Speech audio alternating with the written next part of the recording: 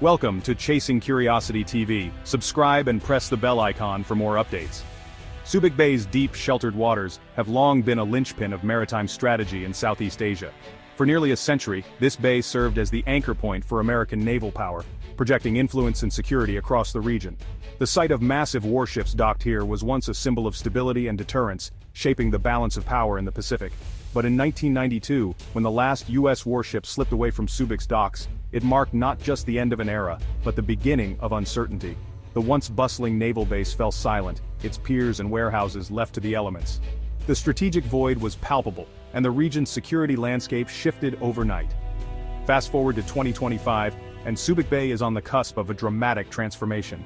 The bay is being reborn as a vital logistics and munitions hub for American forces, with modern cargo ships and advanced military equipment arriving daily. This revival is not just about restoring the past, but about preparing for the future. This resurgence isn't driven by nostalgia. It's a calculated strategic response to a rapidly changing Indo-Pacific, where new threats and rivalries demand renewed vigilance. Military analysts pore over maps, and joint exercises in the South China Sea underscore the urgency of readiness. Subic's docks and warehouses are being overhauled, equipped with cutting-edge weaponry, surveillance, and command systems. The installation of advanced radar and communications technology is turning the bay into a nerve center for regional security operations. For the Philippines, this is a pragmatic and necessary move. With rising external threats and growing tensions in nearby waters, strengthening defenses is a matter of national survival. Filipino troops now train alongside their American counterparts, building skills and forging alliances. For the United States, Subic Bay represents the rediscovery of an irreplaceable geographic asset. Its location is unmatched for projecting power, supporting allies, and responding quickly to crises across the Indo-Pacific. The symbolism here is powerful. History may be cyclical, but the enduring value of geography remains unchanged. Subic Bay's story is one of adaptation and resilience, echoing through decades of shifting alliances and global change. The transformation of Subic Bay signals a deep and renewed commitment from both Washington and Manila. Joint press conferences and high-level visits underscore the seriousness of this partnership, sending a message of unity to friends and rivals alike. The quiet years are over. Subic Bay's reawakening is already sending ripples across Asia's contested waters, as new ships arrive and old alliances are reinvigorated. The bay is once again a hub of activity, its strategic importance impossible to ignore. The United States is investing heavily in hard infrastructure, new piers, fortified warehouses, and state-of-the-art defense facilities. These investments make America's security commitments tangible and credible, reassuring allies and deterring adversaries. No matter how alliances shift or politics change, Subic Bay's strategic value remains constant. Its location at the crossroads of vital sea lanes ensures it will always be a focal point for regional security. The return of American presence is a clear and unmistakable message to the region. The U.S. is back, and it intends to stand by its partners in the face of new challenges. Subic Bay is reawakening, its harbors once again alive with purpose. This revival is more than a return to form, it's a bold step into the future, one that will help shape the destiny of Asia for generations to come. President Ferdinand Marcos Jr. has decisively steered the Philippines away from Beijing's orbit and back toward Washington, marking a significant shift in the country's foreign policy. This move is not just symbolic, it signals a new era in Manila's approach to regional security and international alliances. This pivot is driven by necessity. Chinese pressure in the West Philippine Sea has made the risks of ambiguity clear. Repeated confrontations with Chinese vessels have underscored the vulnerability of Philippine sovereignty and the urgent need for reliable partners. In response, Marcos's administration has revitalized the U.S. alliance, granting expanded access under the Enhanced Defense Cooperation Agreement, or EDCA. This agreement allows American forces to rotate through key Philippine bases, strengthening joint defense capabilities.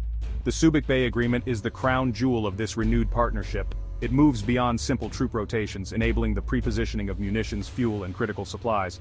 This logistical upgrade transforms Subic Bay into a strategic hub for rapid response in times of crisis. For Marcos, it's a calculated risk. He faces vocal domestic opposition, with some Filipinos wary of foreign military presence, and must also contend with Beijing's ire. Yet he is betting that a stronger U.S. deterrence posture will ultimately safeguard Philippine interests.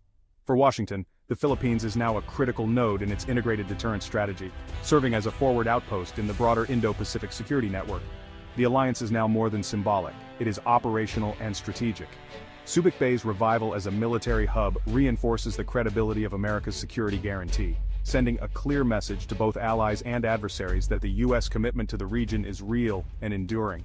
The partnership now demonstrates a level of trust and shared vision that has been absent for decades, rekindling the spirit of cooperation that once defined the U.S. Philippines relationship. An attack on the Philippines now carries immediate consequences for U.S. interests, raising the stakes for any potential aggressor and enhancing the deterrent effect of the alliance. This realignment fundamentally alters the region's security architecture, prompting neighboring countries to reassess their own strategies and alliances in light of the new U.S. Philippines dynamic. The personal and political alignment between Manila and Washington has unlocked dormant strategic potential, allowing both nations to coordinate more closely on defense, intelligence, and regional diplomacy. Subic Bay is once again central to the U.S. Philippines alliance, standing as a symbol of renewed partnership and a linchpin in the evolving security landscape of Southeast Asia. Beijing views Subic Bay's revival as a direct challenge, a new link in America's chain of containment.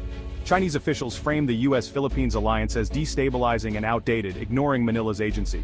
For China's military, a U.S. logistics hub at Subic complicates any South China Sea operation, placing American power on their eastern flank. Any aggression now risks direct U.S. involvement. Economically, Beijing may offer incentives or increase gray zone harassment to sway Manila. China's goal? Fracture Philippine politics and sow doubt about the U.S. pivot. But an overreaction could push Southeast Asia closer to Washington. China will likely calibrate its response: stern rhetoric, calculated pressure, and vigilant observation. Subic Bay is now a focal point in China's strategic calculus. Subic Bay's revival isn't just about the South China Sea, it's tied to Taiwan's security. The Luzon Strait, separating the Philippines from Taiwan, is a critical choke point for China's navy. A U.S. hub at Subic changes the military dynamics of any Taiwan conflict. It offers a staging area and resupply point, dispersing forces and reducing vulnerability to missile strikes.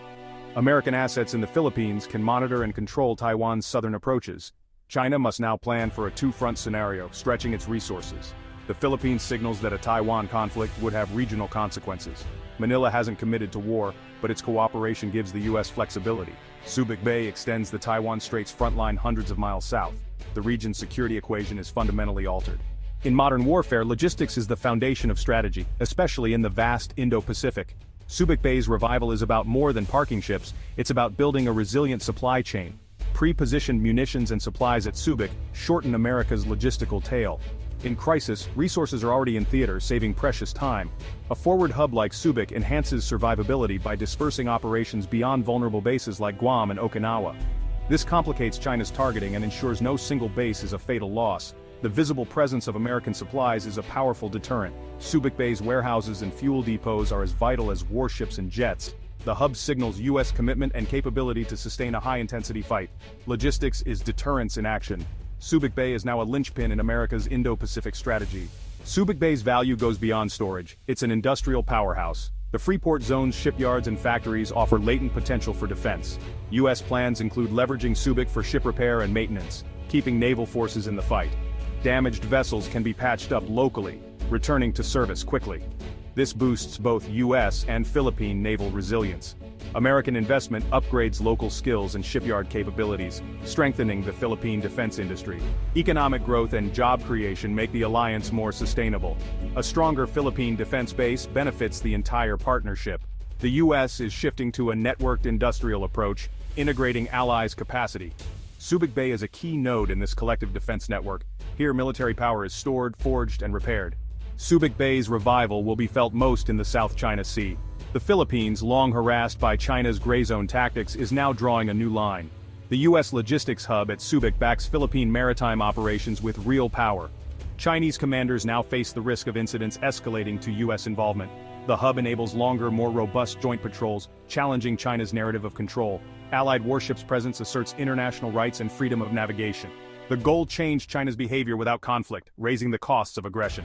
Subic Bay is a tool of coercive diplomacy, signaling resolve and capability. The status quo of intimidation will no longer go unchallenged. A more assertive, collaborative defense posture is emerging. Subic Bay is its operational center. The region's balance is shifting. On the tranquil shores of Subic Bay, history lingers in every ripple. September 11, 2025, stands as a powerful reminder of how swiftly threats can emerge and evolve. The Bay, once a silent witness to great power rivalries, now finds itself at the crossroads of past memories and future ambitions. When the U.S. Navy departed in the 1990s, the closure of the base was seen as a symbol of newfound optimism and independence for the Philippines. Yet, as the world changes, today's complex security environment demands a renewed sense of vigilance and preparedness. The evolving U.S. Philippines partnership must be built on mutual respect and shared interests, a relationship of equals, not a return to the imbalances of the colonial era. Both nations now recognize the importance of collaboration in facing regional challenges. President Marcos Jr. has emphasized that this new agreement is not just about military cooperation, but about modernization and the defense of Philippine sovereignty. His framing is crucial in shaping public perception and national pride. For the United States, demonstrating genuine respect for Philippine pride, culture, and autonomy is essential for building trust and ensuring the long-term success of this alliance.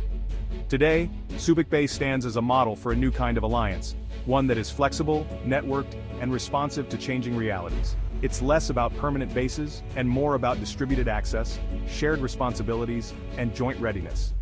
This innovative places, not bases approach allows both nations to adapt quickly, operate sustainably, and respond to crises without the burdens of old models. Integrated deterrence now weaves together diplomatic, economic, and military tools, strengthening the fabric of cooperation across allies and partners in the region. Subic Bay has become a cornerstone of this new vision for Southeast Asia, a hub where strategy, security, and partnership converge. The echoes of the past provide valuable context and lessons, but the focus now is firmly on building a future defined by resilient, forward-looking partnerships. Subic Bay's revival is not just about military might, it's about ensuring stability, peace, and prosperity through interconnected strength and shared purpose. Subic Bay's revival is a seismic event, shifting the Indo-Pacific's geopolitical plates. It's where the rise of China, America's pivot, and middle powers' assertiveness converge. The port is now a barometer of regional anxieties and alignments. Other Southeast Asian nations may follow the Philippines' example, emboldened to defend their rights. For allies like Japan and Australia, Subic strengthens the first island chain and collective security. The economic impact is profound, securing sea lanes vital to global trade. Investment in Subic boosts the local economy and related industries. Security and prosperity are intertwined. Subic aims to bolster both. The region's balance of power is now shaped by the choices of all nations. The Philippines' decision to reopen Subic to its oldest ally has redrawn the map. Subic Bay stands at the center of the Indo-Pacific's turbulent future,